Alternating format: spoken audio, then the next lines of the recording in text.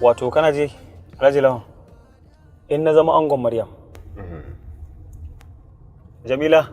Na'am. Sai na miki kyautar da har abada ba za ki taɓa mantawa da ita ba. Ni ko da na ji daɗi. Don ko ina jiran wannan kyautar da na san zan ci wannan kyauta.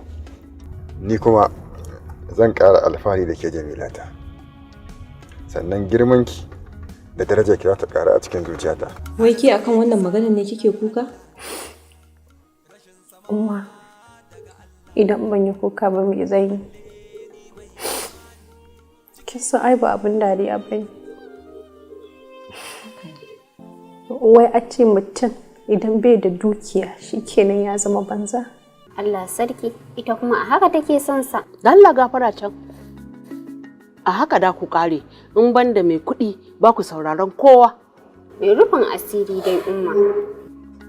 Shi Alamin din gaya miki aka bai da rufin asiri ne?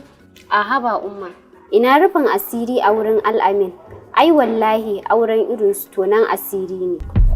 Dan Allah da Annabi ki ba su haƙuri mana. Idan ma sana'ar da nake ne ba sa so.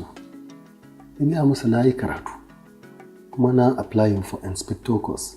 DPO kuma ya bani tabbacin cewa zai yi min kokari ya ga na samu. Cewa aka yi ma ya je neman aure. Ana dab da ɗaura auren aka gano cewa matsiyaci ne. Nan da nan aka wargaje auren. Duk duniya duk inda za a je kowace irin shari'a ce ni tunda ina raye ni nake da wuka da nama. Yaushe ka koma haka? Ni wallahi ban san ka a haka ba. Kama ta yi saboda na hango matsaloli bayan na amince da abin da aka min birin